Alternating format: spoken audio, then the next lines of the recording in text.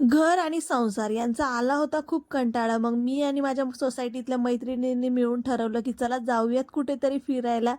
मग काय प्लॅनिंग झाली आणि आता आम्ही आलो आहेत ग्रॅप्स एम्बेसीला.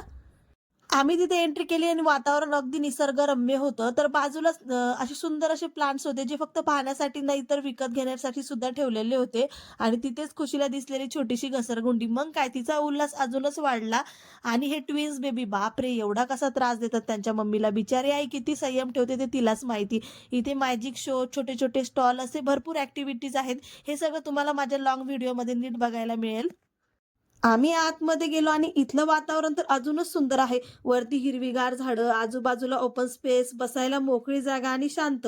निसर्गाच्या जवळ नेणारं फील. त्यामुळे इथं बसल्यावर वेळ कसा जातो ते कळतच नाही. कुटुंबासोबत, मुलांसोबत आणि मित्रांसोबत वेळ घालवायला ही जागा खरंच खूप परफेक्ट आहे. इथली मिसळ पाव तर फेमसच आहे. पण त्याच्या व्यतिरिक्त इथे अजूनही भरपूर काही पदार्थ मिळतात. आळूवडी, बटाटा वडी, ढोकळा, जिलेबी. त्याचबरोबर जेवणानंतर चहा, कॉफी, लस्सी हे सुद्धा आपण घेऊ शकतो. आम्ही इथे मस्त झणझणीत अशी मिसळ मागवली होती. इतकी छान होती की ते फक्त नाश्ता नाही तर खरंच म्हणावं असं पूर्ण जेवणच झालं आमचं.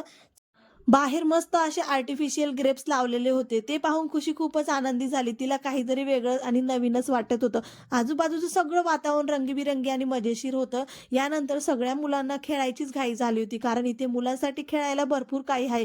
वेगवेगळे छोट्या-मोठ्या ट्रेन्स आहेत. त्याच्यानंतर बैलगाडीची राईड्स आहेत. तर खूप सगळ्या ॲक्टिव्हिटीज इथे उपलब्ध आहेत.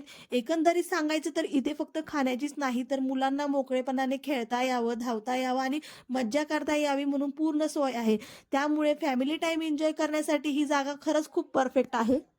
खेळून झाल्यानंतर आता मुलांना भूक लागलेली होती. मग काय सगळ्यांसाठी ज्यूस वगैरे घेतला. इथेच आम्ही जांभूळ शॉट घेतलेला. नाव जरा वेगळंच होतं, पण टेस्ट मात्र खूप छान होती. आम्हाला तर खूप आवडला.